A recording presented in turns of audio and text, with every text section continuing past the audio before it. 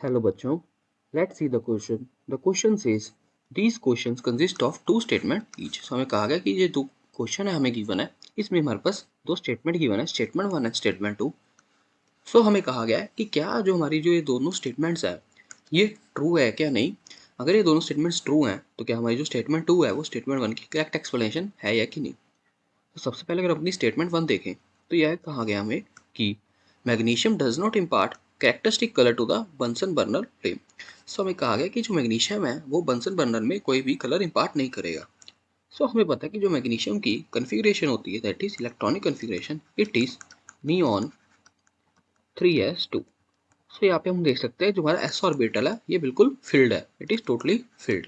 सो यहाँ से अगर इलेक्ट्रॉन रिमूव करना है तो बहुत डिफिकल्ट होगा क्योंकि हमें पता है कि जो आयनाइजेशन एनर्जी चाहिए होगी इसके लिए, ionization energy required, it would be more as there is one proton in the nucleus to hold on to the electron in the 3s orbital. So इसके कारण जो हमारा s ऑर्बिटल से इलेक्ट्रॉन रिमूव करना बहुत ही डिफिकल्ट होगा.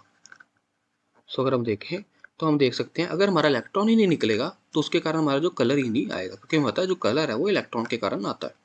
सो हमारा कोई भी कलर जो है बंसन बर्नर फ्लेम में पार्ट होगा ही नहीं. सो हमारा जो स्टेटमेंट 1 है बिल्कुल ट्रू है. स्टेटमेंट 2 देखें तो यह कहा गया हमें कि ionization energy of magnesium is very high. So अभी हमने देखा कि मैग्नीशियम की आयनाइजेशन एनर्जी ज़्यादा होने के कारण ही हमारा बंसन बर्नर फ्लेम में मैग्नीशियम कलर नहीं दिखाता.